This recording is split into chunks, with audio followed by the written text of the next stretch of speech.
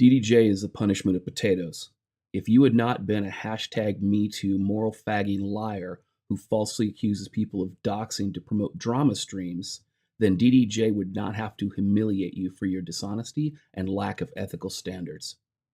Gandhi.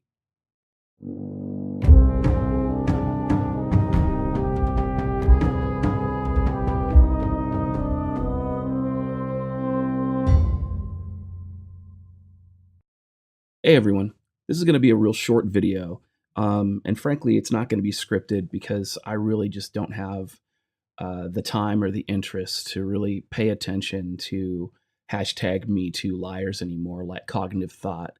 So let's jump right into it. The question I present is sharing public information doxing? Well, the IBS Special Olympic Drama Team seems to think so. One of their spurgs wrote, "So, Roseblades thinks doxing someone for criticizing a live stream is okay if they're her friend. Gonna keep defending DDJ? And don't give me that. It was public info though, bullshit." All right. So let's talk about it. It's my understanding that doxing private information is off limits. So nobody should be doing that. But is sharing public information doxing? Well, if so, then companies that do credit checks are doxers. Companies and law enforcement agencies that do background checks for like teachers and daycare workers are doxers. Journalists who report the news are doxers. Police departments publishing wanted posters and information about registered sex offenders are doxers. Nurses giving medical information to doctors are doxers. You talking about me in my stream makes you doxers. Courts publishing court records are doxers. Jails publishing inmate rosters are doxers. And schools that provide GPA and academic information are doxers. Does this seem retarded to anybody else yet, other than me? Basically, what they're saying is that anytime you share public information about anybody, all of a sudden, you're a fucking doxer. Doesn't matter. If you want to set your buddy up with a girl on a blind date and you tell the girl about your buddy, you're a doxer. That's retarded. Now, in one of Cog's recent drama streams, he actually lies about not accusing me of doxing, and then he lies about his communication history with me. He actually, in his stream, if you listen to it, and I said, I never said that you doxed him. Everyone knows that yesterday I was like, how do I contact him? He hasn't got a Twitter. He hasn't. This is the first contact I've had with him. So I have sent DMs, which he hasn't, where you falsely accused me privately as well. He won't show this because they don't exist. He pretends not to know how to get a hold of me and then actually says he never spoke to me before the Gab post he published on his recent live stream and talked about. However, in December of last year, Roseblades provided Cog with my Discord information. I think it was like the 19th of December. And guess what? The next day on the 20th of December, Cog and I had a conversation. We also continued that conversation on the 21st of December. Cog and I were actually communicating 4 months ago. Further, he says he'd never accused me of doxing. This is actual bullshit as well, because Cog actually, in a DM to Roseblades, calls me a doxer. More importantly, and just as bad, he says, I never sent you a DM.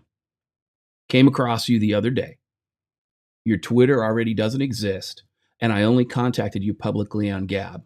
Again, I just showed you evidence where he actually reached out to me in December of last year. Let's just be clear. Cognitive thought is a liar.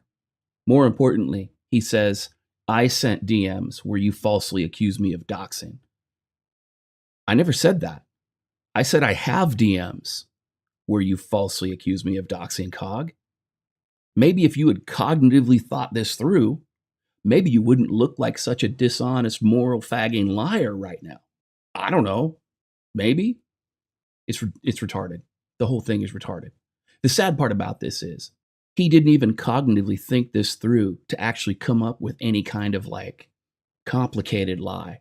He had to insult me with an easily debunkable lie. Now, let's jump forward to the last thing that's even worth my time here. There were 73 tweets, and this is the weird thing, right? Let me ask you this as a question, because one thing I noticed in the stream is they said, "Oh, it's been 73 tweets since February," and look, it's March, and I was like, "That's February 2016. It's 2018. Have you only recently just been taken off Twitter, or is it a couple of years ago? Because I'm ready to be corrected on that if I'm wrong, Shangi." So yeah, well, I was actually kicked off for no reason. But like, no, but when were you kicked off? When was it? Recently, or was it like a couple of years ago? Yeah, it was fairly recently. So it was recently. So I'm right. So when he bitches and moans on his fucking live stream about the fact, so he bitches and moans about the fact that you sent 73 tweets. Oh look, since February, and he doesn't say February 2016, and I'm like, can you see the year? Hello, like it's on your fucking screen. It's 73 fucking tweets in 2 years. Isn't that bad? Is it really? So, Mad Shangi sent Lily Even 32 73 tweets from February 2018 till the end of February 2018. It was sometime, I don't know, it was like over the course of 2-3 weeks maybe. But if you look at the tweet search, it says February 2016. But you see, this is where you're supposed to trust and verify. This is where you're supposed to do a little homework there, cognitive thought.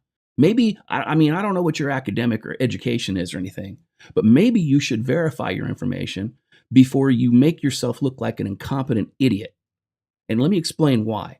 If you look at the screenshot and then you look at Lily Even 32's Twitter account that's associated with that screenshot, at Lily Even 32, you'll see she joined in October 2017. 2017. Which means she's only been on Twitter for 1 February, which would have been 2018.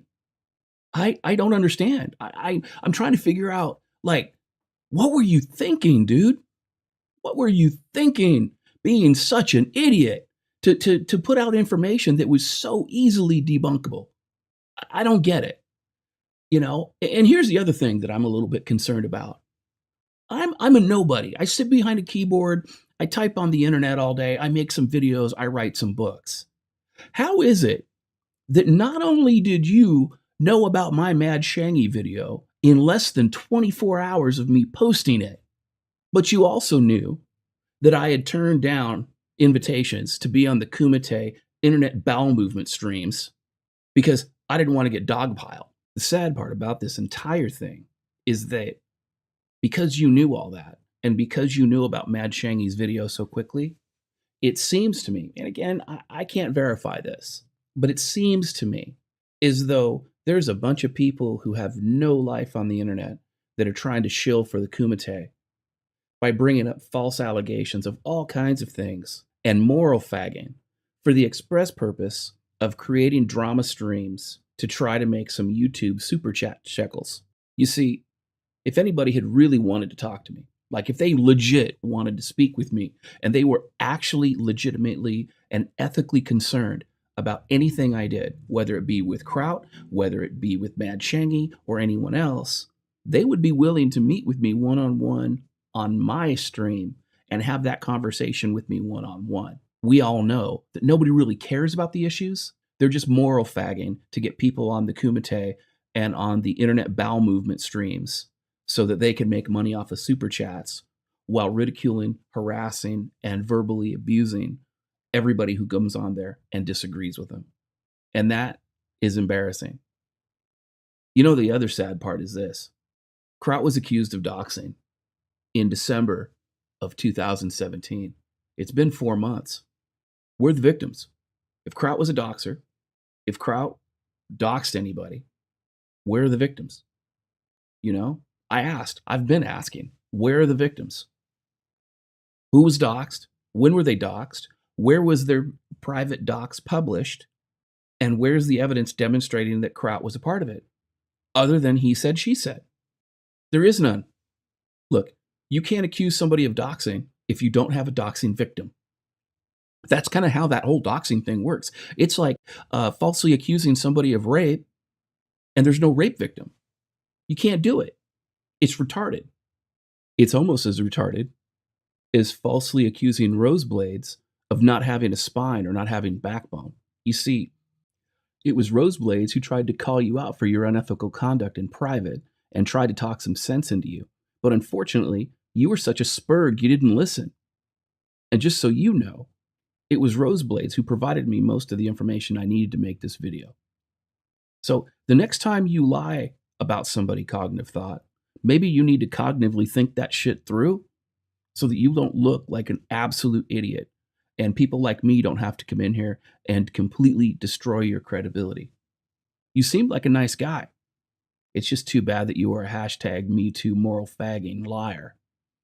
I'm DDJ, and this has been the newest potato harvest edition of Misandry Today.